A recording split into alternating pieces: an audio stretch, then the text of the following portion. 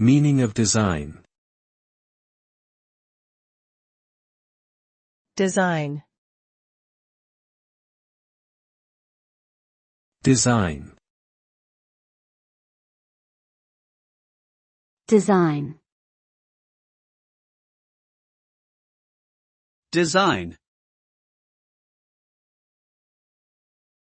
Design refers to the process of creating something with a specific purpose or function in mind.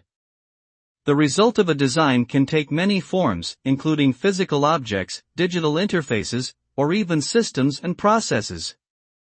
A well-designed product or system should meet the needs and requirements of its intended users, while also being aesthetically pleasing, functional, and efficient.